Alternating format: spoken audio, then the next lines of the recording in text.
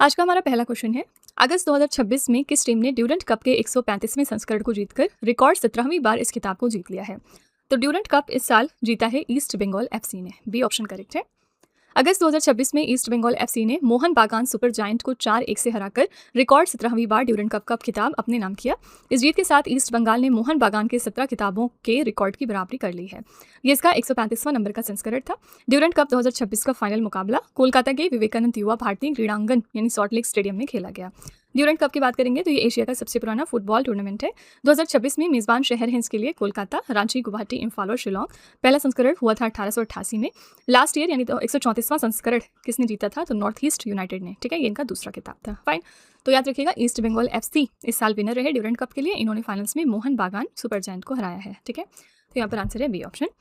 इसी के साथ फुटबॉल के रिगार्डिंग एक और इंपॉर्टेंट कप होता है जो कि है FIFA women's world cup. Recently venue decide हुआ है फीफा वुमेंस वर्ल्ड कप 2027 के लिए, और ये कहाँ पर होगा? ब्राज़ील देश में। ठीक है, इसका जो पहला संस्करण था यानी जिसके पहले जो एडिशन हुआ था 2023 में, क्योंकि फीफा वुमेंस वर्ल्ड कप हर 4 साल पर अपने आप को रिपीट करते हैं। 2023 में जो इवेंट हुआ था वो किसने जीता था? तो स्पेन ने जीता था। इन्होंने फाइनल्स में इंग्लैंड को हराया था। ठीक है, तो याद रखिएगा अब अगले साल फीफा वुमेंस वर्ल्ड कप होगा कहाँ पर? ब्राज़ील में। ओके, नेक्स्ट है, महिलाओं को हर साल 3 मुफ्त एलपीजी सिलेंडर प्रदान करने के लिए किस राज्य ने अन्नपूर्णी सुपर 6 योजना की शुरुआत कर दी है? अन्नपूर्णी सुपर 6 स्कीम है तमिलनाडु राज्य की। तमिलनाडु राज्य ने महिलाओं को हर साल 3 मुफ्त एलपीजी सिलेंडर प्रदान करने के लिए अन्नपूर्णी सुपर 6 योजना की शुरुआत कर दी है। तमिलनाडु के मुख्यमंत्री हैं सी जोसेफ विजय। इन्होंने राज्य विधानसभा में इस जन कल्याणकारी योजना की घोषणा की। ये योजना जनवरी 2027 में पोंगल त्योहार के अवसर पर लागू की जाएगी। इस योजना का लाभ उन परिवारों को मिलेगा जिनकी वार्षिक आय 2.5 लाख रुपए से अधिक नहीं है। ठीक है, तो यहाँ पर करेक्ट आंसर जाएगा ए ऑप्शन, तमिलनाडु। ओके, और इसी के साथ अगर आपको याद हो, पिछले दिनों तमिलनाडु ने एक और स्कीम लॉन्च की थी जिसका नाम था थांगा मोथिरम थिट्टम स्कीम। ठीक है, तो ये कुछ तमिल का वर्ड है, थट्टम स्कीम, और इसके अंतर्गत क्या था बस ये याद रखिएगा कि इसके अंतर्गत 1 ग्राम 22 कैरेट की गोल्ड की रिंग दी जाएगी हर न्यूबॉर्न को जो सरकारी अस्पताल में पैदा होगा। ठीक है, तो ये चीज़ याद रखिएगा कि ये स्कीम किसने लॉन्च करी जिसके अंतर्गत 1 ग्राम सोने की अंगूठी दी जा रही है। तो ये राज्य है तमिलनाडु। ठीक है, यहाँ पर चलिए हम कुछ राज्यों की योजना भी रिवाइज कर लेते हैं। विद्यार्थी सहाय हस्ता योजना है कर्नाटका की। मुख्यमंत्री निजुत मोइना आसुनी 2.0 और निजुत बाबू आसुनी योजना है असम की। वेट्री वानमगल योजना लॉन्च करी तमिलनाडु ने। संध्या किरण कैशलेस स्वास्थ्य सेवा योजना है कर्नाटका की। मुख्यमंत्री यार्न बैंक योजना है नागालैंड की। अन्ना सीर योजना है तमिलनाडु की। द्वीप्ति योजना को लॉन्च किया छत्तीसगढ़ ने। गुरु दक्षिणा मुख्यमंत्री शिक्षक कैशलेस चिकित्सा योजना है उत्तर प्रदेश की। मी भूमि मी हक्कू कार्यक्रम है आंध्र प्रदेश का। दक्षिणी योजना लॉन्च करी है केरलम ने। मुख्यमंत्री कन्या सुमंगला योजना है उत्तर प्रदेश सरकार की। प्रियदर्शनी मुफ्त बस यात्रा योजना है केरलम की।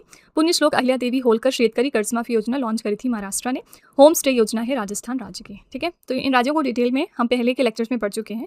यहाँ पर हम इनको बस रिवीजन फॉर्मेट में देखते हैं। नेक्स्ट है, अगस्त 2026 में भारत की पहली 100% स्वदेशी AK-203 एजॉल्ट राइफल शेर का सफल परीक्षण कहाँ से किया गया?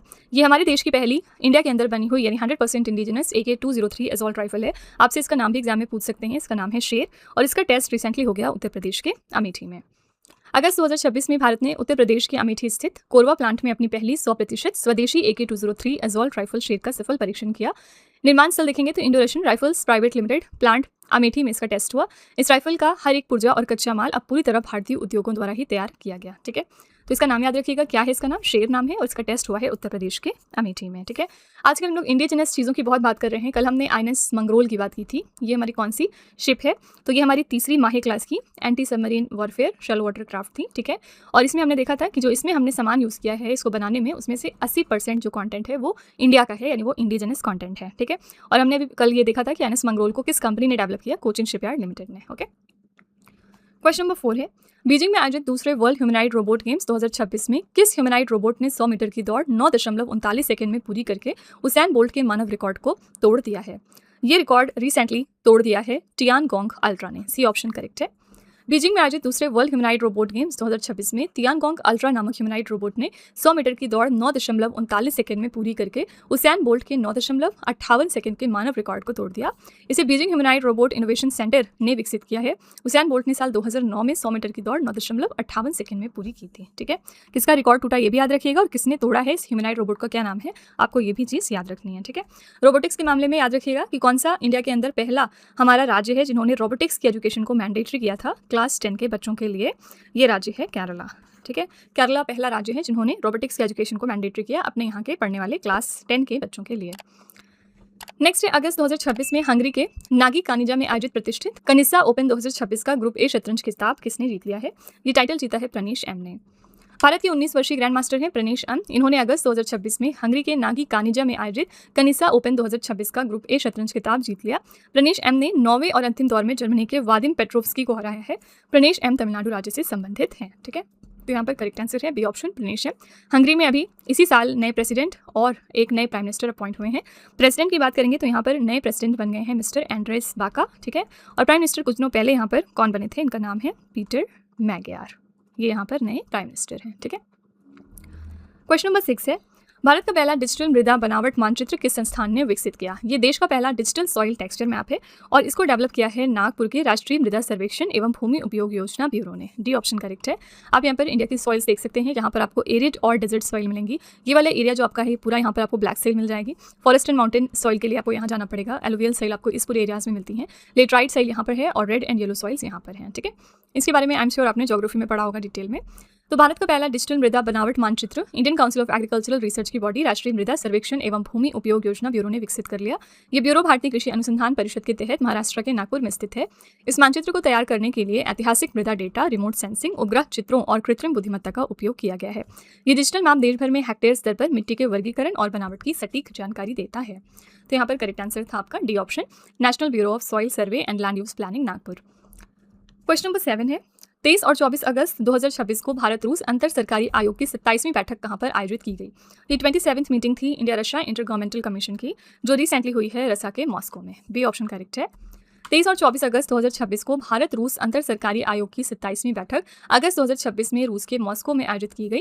इस द्विपक्षीय बैठक की सह अध्यक्षता भारत के विदेश मंत्री डॉक्टर एस जयशंकर और रूस के प्रथम उप प्रधानमंत्री डेनिस मंत्रोव ने की है। उद्देश्य क्या था? इस बैठक के समापन पर दोनों नेताओं ने अहम दस्तावेजों पर हस्ताक्षर किए, जिनका उद्देश्य था आपसी रणनीतिक साझेदारी और कनेक्टिविटी को और बढ़ावा देना। ठीक है, रूस की बात करेंगे तो यहाँ पर राजधानी है मॉस्को, मुद्रा चलती है रूसी रूबल, राष्ट्रपति है व्लादिमीर पुतिन। तो यहाँ पर करेक्ट आंसर था बी ऑप्शन, रूस के मॉस्को में रिसेंटली मीटिंग हुई है। क्वेश्चन नंबर 8 है अगस्त 2026 में उपराष्ट्रपति सीपी राधाकृष्णन ने भारत का पहला गैर आनुवंशिक संशोधन उच्च विस्तार वाला पॉपकॉर्न मक्का संकर बीज कहां पर लॉन्च कर दिया है? ये रिसेंटली लॉन्च हो गया है आंध्र प्रदेश के एलुरु डिस्ट्रिक्ट के मुसुनुरु में। ठीक है, ए ऑप्शन करेक्ट है। अगस्त 2026 में उपराष्ट्रपति सीपी राधाकृष्णन ने भारत के पहले गैर जीएमओ उच्च विस्तार पॉपकॉर्न मक्का संकर बीज का शुभारंभ आंध्र प्रदेश के एलुरु जिले के मुसुनुरु में किया है। ये भारत का पहला ऐसा हाइब्रिड बीज है जिसे बिना किसी आनुवंशिक संशोधन के तैयार किया गया और ये गर्म करने पर सामान्य मक्के की तुलना में बहुत अधिक फैलता है। मुख्य उद्देश्य है यहाँ पर देश में पॉपकॉर्न मक्के की खेती को बढ़ावा देना, कृषि प्रसंस्करण यानी एग्रो प्रोसेसिंग को मजबूत करना और किसानों की आय में मूल्य संवर्धन के जरिए वृद्धि करना। ठीक है, तो यहाँ पर करेक्ट आंसर था ए ऑप्शन। आंध्र प्रदेश के बारे में याद रखिएगा कि यहाँ पर अब इकलौती कैपिटल इसकी बन गई है अमरावती। पहले यहाँ पर 3 कैपिटल का सिस्टम था। और याद रखिएगा इसके अलावा कि आंध्र प्रदेश में अभी कुछ दिनों पहले मिशन मशरूम लॉन्च किया गया है, जिसका पर्पज है आंध्र प्रदेश को मशरूम का हब बनाना। ठीक है, और इसी तर्ज पर हमने देखा था कि मिशन क्वीन पाइनएप्पल ये कहाँ पर लॉन्च हो गया? इसके बाद मिशन क्वीन पाइनएप्पल लॉन्च हुआ है त्रिपुरा में। ठीक है, ये जो इस तरह के मिशन लॉन्च होते हैं इनका पर्पज होता है उस प्रोडक्ट को अपने राज्य में प्रमोट करना। ठीक है, क्वेश्चन नंबर 9 है अगस्त 2026 में किस राज्य सरकार ने महिला सरकारी कर्मचारियों को संपूर्ण सेवा काल में 2 बार 180 दिनों का सवेतन मातृत्व अवकाश देने के प्रस्ताव को मंजूरी दे दी है?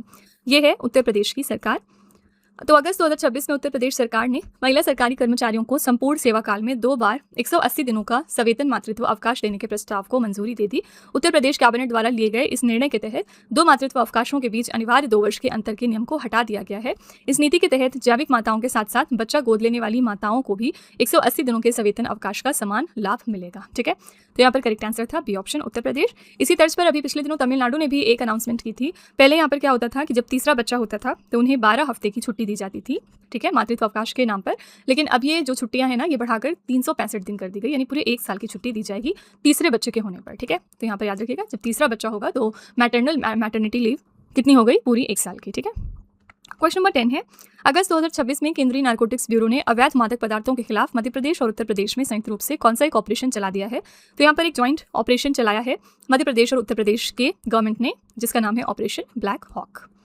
तो अगस्त 2026 में केंद्रीय नारकोटिक्स ब्यूरो की मध्य प्रदेश और उत्तर प्रदेश इकाइयों ने संयुक्त रूप से अवैध मादक पदार्थों के खिलाफ ऑपरेशन ब्लैक हॉक चलाया। मुख्य उद्देश्य था यहाँ पर पूर्वोत्तर राज्यों से उत्तर प्रदेश में होने वाली मादक पदार्थों को अंतर्राज्यीय तस्करी का भांडाफोड़ करना। ठीक है, तो केंद्रीय नारकोटिक्स ब्यूरो के बारे में कुछ फैक्ट्स देखेंगे। ये स्थापित कब हुआ था? नवंबर 1950 में अफीम विभाग के रूप में।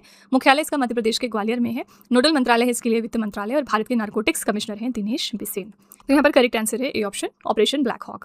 पिछले दिनों हमने 2 और ऑपरेशन पढ़े थे। पहला ऑपरेशन अमिस्ताद, ये कब लॉन्च हुआ था? जब वेनेजुएला में अभी भूकंप आया था तब इंडियन गवर्नमेंट ने ऑपरेशन अमिस्ताद चलाया था वेनेजुएला की मदद के लिए। दूसरा ऑपरेशन है यहाँ पर ऑपरेशन शॉकवेव। ऑपरेशन शॉकवेव किसने चलाया था? राजस्थान की पुलिस ने। ठीक है, तो इन चीज़ों को रिवाइज करते रहिएगा, अदरवाइज आप भूल जाएंगे।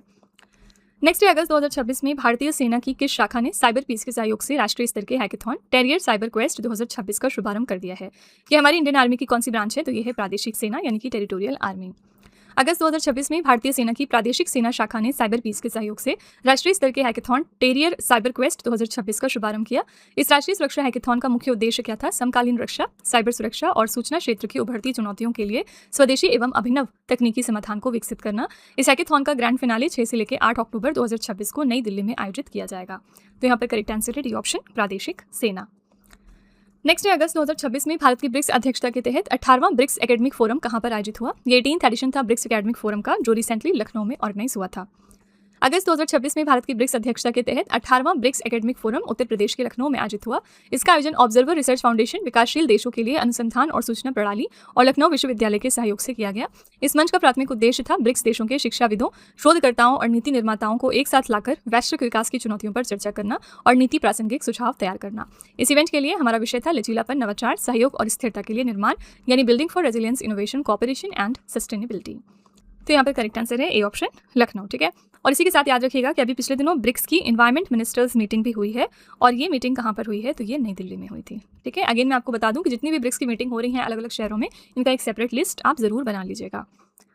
नेक्स्ट है अगस्त 2026 में formula 1 car race Dutch grand prix 2026 का खिताब किसने जीत लिया? डच ग्रैंड प्रिक्स के लिए विनर है लैंडो नॉरिस इस साल।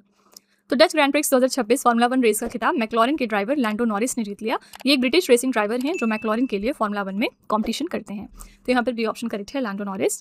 और इस साल में और कौन से ग्रैंड प्रिक्स हुए हैं? ऑस्ट्रेलियन ग्रैंड प्रिक्स हुआ था। ऑस्ट्रेलियन ग्रैंड प्रिक्स किसने जीता था? तो जॉर्ज रसल ने। ठीक है, अच्छा इस साल ना ए एंटोनली, ये बहुत ज़्यादा न्यूज़ में रहे, इन्होंने कई सारे ग्रैंड प्रिक्सेस जीते हैं। तो आपको कम से कम सिर्फ एक ग्रैंड प्रिक्स कमेंट में लिखना है जिसके विनर थे ए एंटोनली। ठीक है, तो ये आपके लिए एक छोटा सा होमवर्क है। क्वेश्चन नंबर 14 है अगस्त 2026 में भारत की ब्रिक्स अध्यक्षता 2026 के तहत ब्रिक्स खेल मंत्रियों की बैठक कहां पर संपन्न हुई है? BRICS sport ministers meeting recently conduct हो गई है आंध्र प्रदेश के विशाखापट्टनम में अंडर इंडियाज ब्रिक्स प्रेसिडेंसी। अगस्त 2026 में भारत की ब्रिक्स अध्यक्षता के तहत ब्रिक्स खेल मंत्रियों की बैठक आंध्र प्रदेश के विशाखापट्टनम में संपन्न हुई है। इस बैठक की अध्यक्षता केंद्रीय युवा कार्यक्रम और खेल मंत्री डॉक्टर मनसुख मांडवीय ने की। इस बैठक में सर्वसम्मति से ब्रिक्स खेल संयुक्त घोषणा पत्र यानी ब्रिक्स स्पोर्ट्स ज्वाइंट डिक्लेरेशन को अपनाया गया है। तो यहाँ पर डी ऑप्शन करेक्ट है, आंध्र प्रदेश के विशाखापट्टनम में। याद रखिएगा इस साल ब्रिक्स की प्रेसिडेंसी इंडिया के पास है और लास्ट ईयर 2025 में ब्रिक्स को होस्ट किया था ब्राजील कंट्री ने। ठीक है, और लास्ट ईयर ब्राजील ने ब्रिक्स के साथ साथ COP30 को भी होस्ट किया था, अगर आपको याद हो तो। आप कमेंट में बताइएगा कि COP31 जो 2026 में हो रहा है ये कहाँ पर हो रहा है। ठीक है, और इसके बाद COP32 होगा अगले साल 2027 में, जिसके लिए वेन्यू रहेगा एथियोपिया। ओके, क्वेश्चन नंबर 15 है अगस्त 2026 में 33 साल की उम्र के बाद भारत के लिए इंटरनेशनल डेब्यू करने वाले 1998 के बाद पहले या रॉबिन सिंह के बाद दूसरे भारतीय पुरुष खिलाड़ी कौन बन गए हैं? First Indian mail player since 1998। ये कौन है? ये है सारांश जैन। पिक्चर आप यहाँ पर देख सकते हैं इनका। अगस्त 2026 में सारांश जैन 33 साल की उम्र के बाद भारत के लिए इंटरनेशनल यानी टेस्ट डेब्यू करने वाले दूसरे खिलाड़ी बन गए। सारांश जैन ने श्रीलंका के खिलाफ दूसरे टेस्ट मैच में ये उपलब्धि हासिल की है। 33 साल और 145 दिन की उम्र में पदार्पण करने के साथ ही वो 21वीं सदी में भारत के सबसे उम्र दराज टेस्ट डेब्यूटेंट भी बन गए हैं। 1998 में रॉबिन सिंह जिन्होंने 35 साल की उम्र में टेस्ट डेब्यू किया था, इनके बाद 33 वर्ष की आयु पार करने के बाद भारत के लिए टेस्ट क्रिकेट में डेब्यू करने वाले ये पहले पुरुष खिलाड़ी बने हैं। ठीक है, तो यहाँ पर करेक्ट आंसर है बी ऑप्शन, मिस्टर सारांश जैन। तो फ्रेंड्स ये थे आज के हमारे most important 15 current affairs. I really hope कि आपको ये हमारा सेशन पसंद आया होगा और आप जरूर कुछ ना कुछ नया सीख कर ही जा रहे होंगे।